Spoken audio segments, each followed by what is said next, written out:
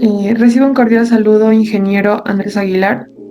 A continuación presentaré el tema contratos laborales, modalidades, riesgos laborales y reparto de utilidades en Ecuador. Para iniciar, es importante comprender qué entendemos por legislación.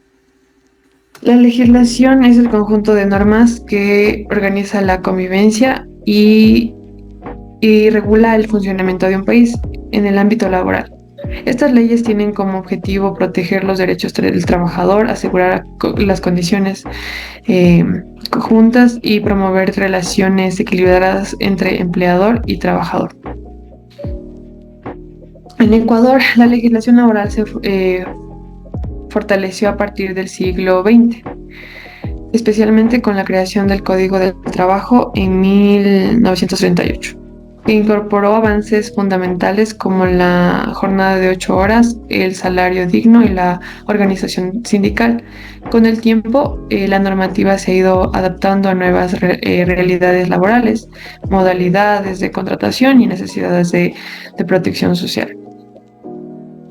Para quienes estudiamos la contabilidad y auditoría, dominar esta normativa es fundamental, dado que nos permite elaborar contratos correctamente, calcular beneficios sociales, realizar roles de pago y garantizar que la empresa cumpla con sus obligaciones legales. Dentro de esos derechos, uno de los más importantes es el reparto de utilidades, que asegura una distribución justa de la riqueza generada por los trabajadores.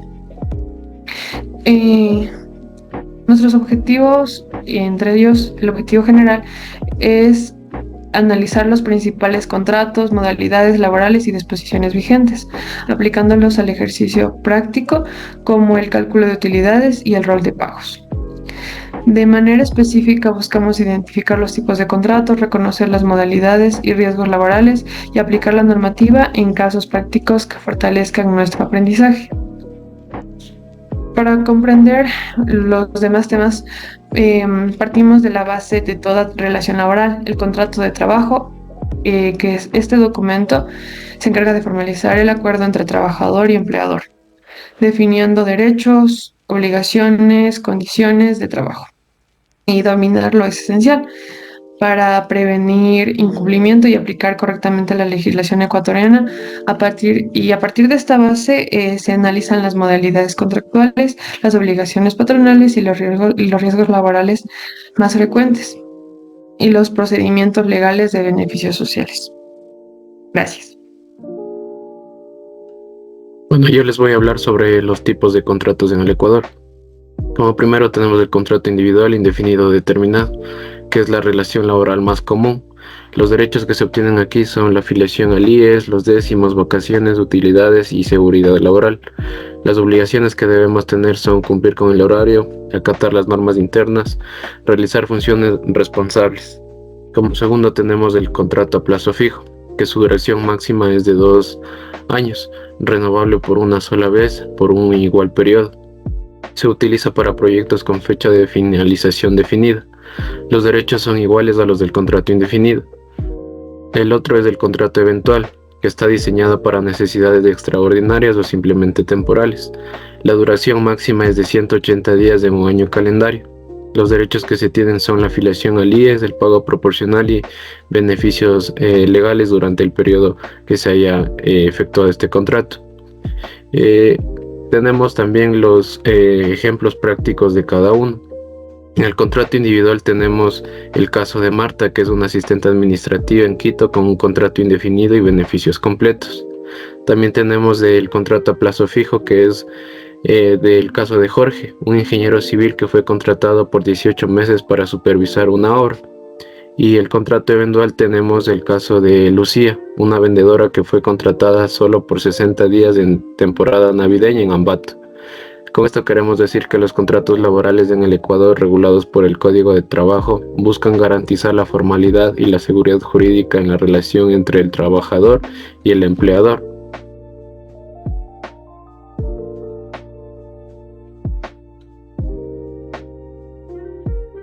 Así como mencionaron mis compañeros anteriores, tanto hay contratos como modalidades contractuales, en donde estas, a pesar de ser similares o tener alguna relación, obviamente mantienen diferencias, por lo que hemos escogido parámetros en los cuales los vamos a diferenciar, como lo es la definición, la finalidad, la base legal, la duración, la protección laboral, algún tipo de ejemplos, todo eso, las causas de terminación y la estabilidad. Principalmente enfoquémonos en lo que es definición. Justamente un contrato de trabajo, como se definió, es un acuerdo formal tanto del trabajador como para el empleador, donde se establecen las condiciones, derechos y obligaciones que ambas partes sustraen al momento de celebrar dicho contrato. Ahora, en cambio, la modalidad es una variante específica, justamente es la variante que la empresa necesita de acuerdo al tipo de trabajo que va a realizar. Obviamente también tiene su sustento legal, todo con lo que es el Código de Trabajo y los acuerdos ministeriales que se elaboren, en donde se reconocen y se pone si son la base legal de cada uno de estos tipos de documentos y modalidades. Justamente tenemos artículos como el 8, el 9, el 11, el 14 que establecen de plazos, finalidades y todo lo demás. Otro de estos temas importantes que podemos tomarlo es el tema de la estabilidad. Obviamente un contrato a tiempo fijo tiene una mayor estabilidad, mientras que la modalidad va a variar de acuerdo al tema en el cual fue contratado. Puede ser teletrabajo, trabajo emergente o eventual. En conclusión, podemos decir justamente que tanto las modalidades como los contratos de trabajo, en el contrato prácticamente es como la base formal o la base, digamos, el documento que acredita la relación entre trabajador y empleador, donde se ofrece todo lo que son los distintos grados de estabilidad, permanencia, derechos y obligaciones, mientras que las modalidades son las variaciones o las modificaciones que establece la empresa según las necesidades que se va a necesitar y en cuanto a flexibilidad de horarios y condiciones. Una de las similitudes son las que garantizan derechos, regulan la relación laboral y tienen estructuras fundamentales que se rigen a lo que es la legislación laboral. Un ejemplo práctico de esto podemos tomar el caso de Tepeco Ecuador S.A., donde se puede evidenciar claramente que es un tema de injusticia, más que todo no va de acuerdo con lo que es el tema laboral. Tepeco S.A. contrata a un trabajador con un contrato eventual, sin embargo es despedido sin ningún tipo de motivo o tiempo después, por lo que el colaborador pone una queja ante el Ministerio de Trabajo argumentando que tiene lo que es el tema de un contrato, o más que todo cumplió un rol con un contrato indefinido. El tema o la resolución fue que se basaron en los hechos. Obviamente tenía un contrato eventual, pero el colaborador empleaba o desempeñaba papeles que hacían que su rol sea de tiempo indefinido y por lo cual tuvo que pagar las indemnizaciones debidas al caso. Modalidad contractual. Nosotros hemos elegido el teletrabajo, que es una forma de trabajo en la que el empleado realiza sus tareas desde su casa u otro lugar, usando computadora e internet. Aún así sigue siendo un trabajo normal, hay sueldo, horarios y reglas. Las ventajas que tenemos es que el teletrabajo ofrece varios beneficios para el trabajador, ya que permite ahorrar tiempo y dinero, disfrutar de horarios más flexibles, reducir el estrés por traslados y lograr un mejor equilibrio entre la vida laboral y personal, además de brindar mayor autonomía para organizar sus actividades. En las obligaciones, como hay ventajas, está cumplir el horario y las metas establecidas, así como mantener la confidencialidad de la información manejada. También se debe cuidar adecuadamente los equipos proporcionados para el trabajo y reportar cualquier riesgo o inconveniente que pueda afectar las actividades. Finalmente, es esencial mantener una comunicación constante, utilizando los canales previamente acordados con la organización. Ahora hablemos sobre el riesgo laboral. Aunque el trabajador esté en casa, sigue amparado por la legislación de seguridad y salud ocupacional. Hablemos de cada uno de ellos. Los riesgos ergonómicos en el teletrabajo incluyen el dolor de espalda y cuello por posturas inadecuadas. También pueden aparecer cansancio visual debido al uso prolongado de pantallas y la falta de descansos adecuados. Además, el sedentarismo es un riesgo frecuente, ya que trabajar desde casa puede reducir la movilidad y generar hábitos poco saludables. En el ámbito psicosocial se puede experimentar estrés y sobrecarga laboral, especialmente cuando se mezclan las tareas del hogar con las laborales. La dificultad para desconectarse al finalizar la jornada también es muy común, lo que puede afectar el descanso y la salud mental. Asimismo, el aislamiento social puede incrementar por la falta de interacción presencial con compañeros de trabajo. Los riesgos electrónicos o tecnológicos incluyen enchufes sobrecargados por el uso de varios dispositivos, lo que puede causar cortocircuitos. También existe la posibilidad de trabajar con equipos dañados o en mal estado, lo que afecta tanto la seguridad como la productividad. Además, los cables mal ubicados pueden provocar tropiezos. Finalmente, los riesgos organizativos se relacionan con el desorden en los horarios, lo que puede generar jornadas extensas o mala administración del tiempo. También pueden surgir problemas de comunicación entre los miembros del equipo al no compartir un espacio presencial. Finalmente, la falta de pausas activas perjudica la salud física, mental, reduciendo el bienestar general del trabajador. Normativa preventiva. Es por ello que existen normativas en el teletrabajo compartidas por el Ministerio de Trabajo. Conozcamos algunas de ellas. Primero, debemos usar una silla ergonómica con apoyo lumbar y altura regulable para mantener una postura adecuada. Además, el monitor debe estar a la altura de los ojos y a una distancia mínima de 50 centímetros. También es fundamental realizar pausas de 5 a 10 minutos cada hora para estirarnos y descansar la vista. Debemos evitar el uso del celular o la laptop sobre superficies blandas, ya que esto puede afectar nuestra postura. Sin olvidar que siempre debemos asegurarnos de contar con una buena iluminación, ya sea natural o artificial.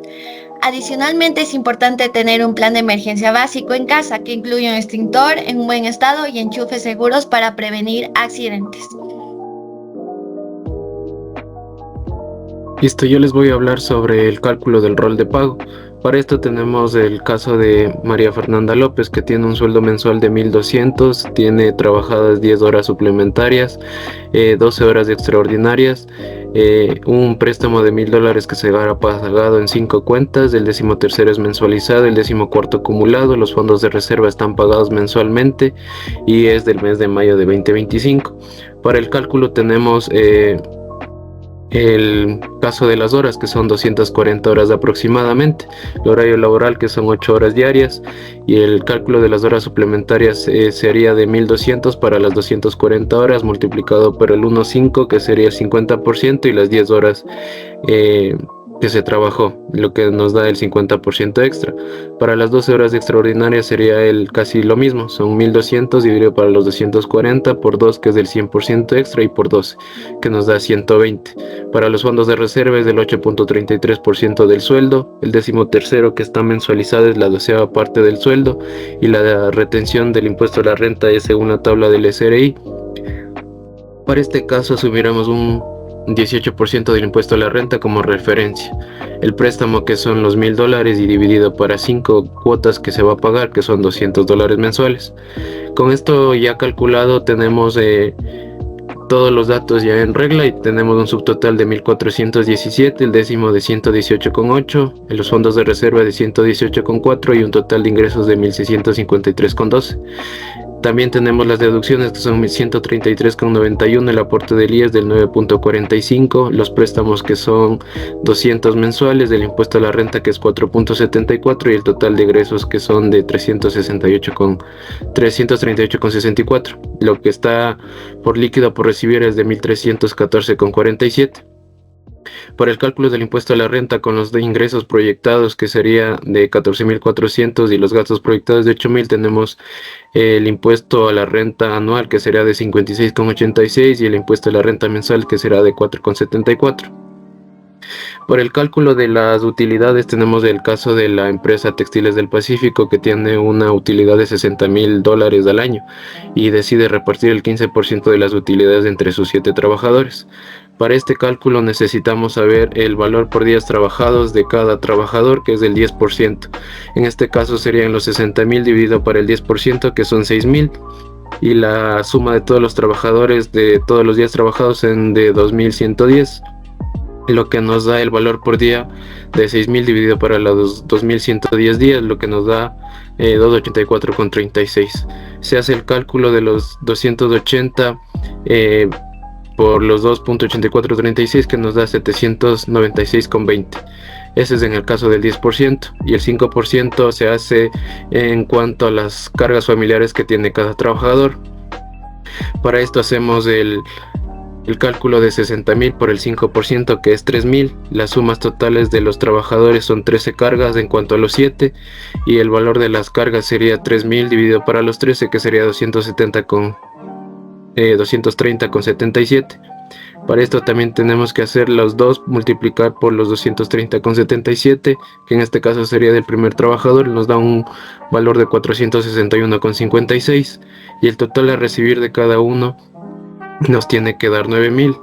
Por ende, se hace la suma de los días, del valor por los días trabajadores, más la suma de las cargas familiares, que nos da un valor de 1.257, dando así como resultado los $9.000 en total, que es del 15% de las utilidades recibidas. Continuando con el marco legal del ejercicio práctico, aplicamos las principales normas del Código del Trabajo, la Ley de Seguridad Social y la normativa tributaria del SRI. Para el reparto de utilidades utilizamos los artículos 97 y al 107, que establecen la distribución del 15% entre trabajadores y cargas familiares. Para el rol de pagos aplicamos los artículos 47, 55 y 95, sobre jornadas, horas extras y remuneraciones. Los artículos 111 y 113 referentes a los décimos, y los artículos 196 al 200 relacionados con fondos de reserva. También consideramos el aporte personal al IES del 9,45% y las reglas sobre las retenciones de impuestos a la renta aplicables cuando el trabajador no presenta proyección de gastos.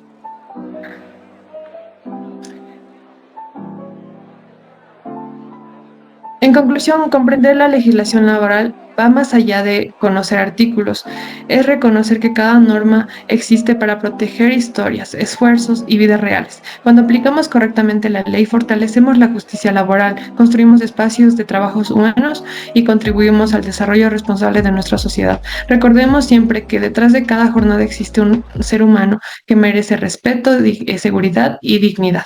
Gracias.